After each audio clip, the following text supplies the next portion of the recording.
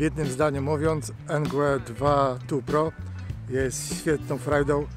Może nie dla osób, które posiadają quady, czy posiadają motory enduro, czyli takie typowe crossy, to nie będzie to zbytnio rewelacyjna odskocznia, ale dla cyklistów, czyli osoby, które podróżują na co dzień rowerami, tak jak ja, ten rower NGWE 2 Pro jest naprawdę rewelacją.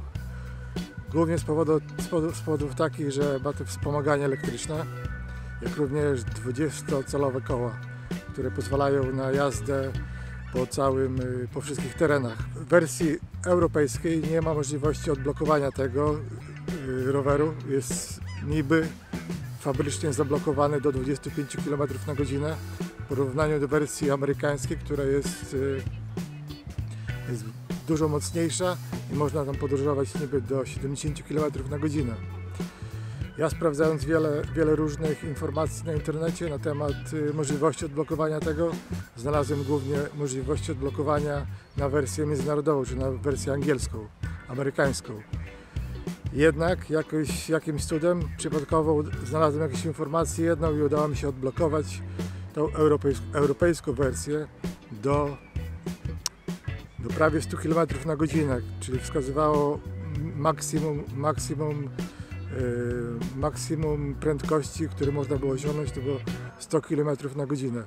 Dla mnie było to naprawdę bardzo, bardzo dużo.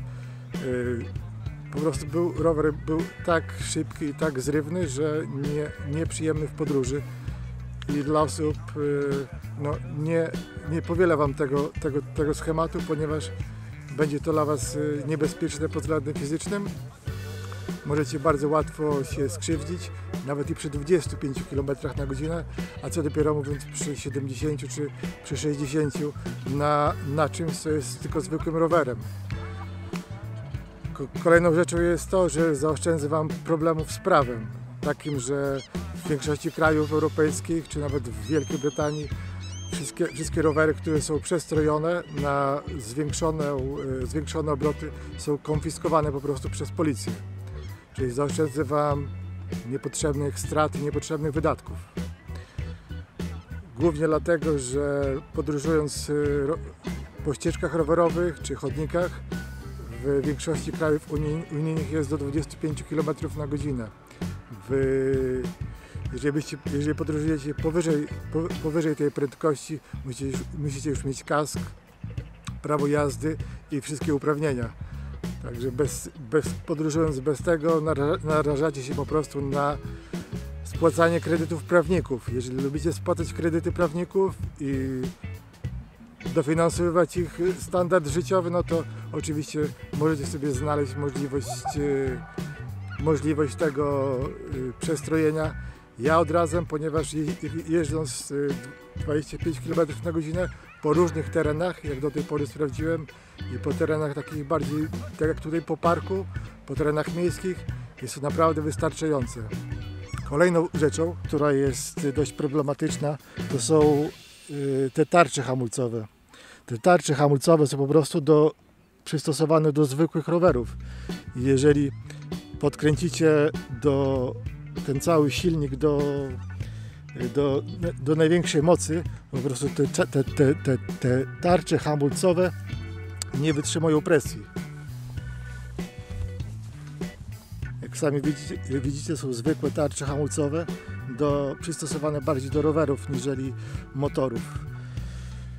Także podkręcenie wszystkich tutaj parametrów będzie się równać z tym, że będziecie musieli wymienić też tarcze hamulcowe, żeby po prostu utrzymać tą moc, która tutaj jest w tym jakby nie było niby rowerze. Jednym z mankamentów też z mojej perspektywy jest to, że tutaj jest umocowany klucz. Mógłby być umocowany tutaj przykładowo, czy tutaj, byłoby to bardziej wygodne. Umocowany klucz jest tutaj bardzo nisko i jest trochę jest skomplikowane po prostu.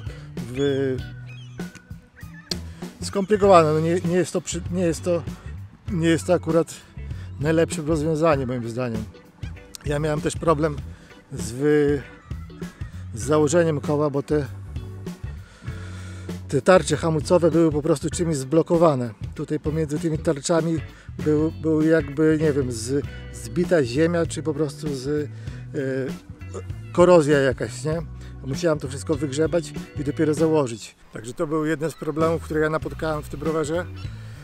Ale szczerze mogę Wam przejechałem dopiero 100 km, także nie jest to wielki dystans, żeby móc coś komuś zarekomendować, czy polecić.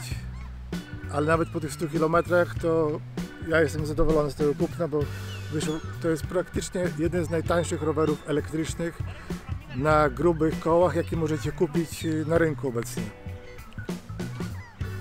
Także zdecydowanie mogę polecić. Ja wybrałem kolor szary. Kolor szary nie jest jedynie kolorem szarym, jest to kolor bardziej wpadający w kolor metaliczny i z drobną taką poświatą koloru niebieskiego. Także naprawdę się prezentuje się tak to elegancko, że zaśmiałem się, mówiąc dla znajomych, że jakiś taka galenda, nie? Ale jadąc tym rowerem po ulicy mam wrażenie, jakbym faktycznie jechał galendą, bo ludzie się na mnie patrzą i na takim troszkę, jakby powiedzieć, rzucają okiem lekko zaciekawionym, a w Szwecji jak ktoś rzuca okiem, że jest lekko zaciekawiony, to znaczy, że to wzbudza już troszkę większe zainteresowanie niż normalna rzecz. Także to jest jeden z takich plusów. Ja kupiłem go za 100 euro taniej niż normalna cena, czyli wyszło niecałe 900 euro. Za takie pieniądze na pewno niczego lepszego nie kupicie, także jeżeli macie ochotę, to kupujcie, bo jest naprawdę, jest frajda po prostu. Przynajmniej dla osób, które nie są zmotoryzowane i nie mają kładów czy motorów takich terenowych. Tyle, pozdrawiam.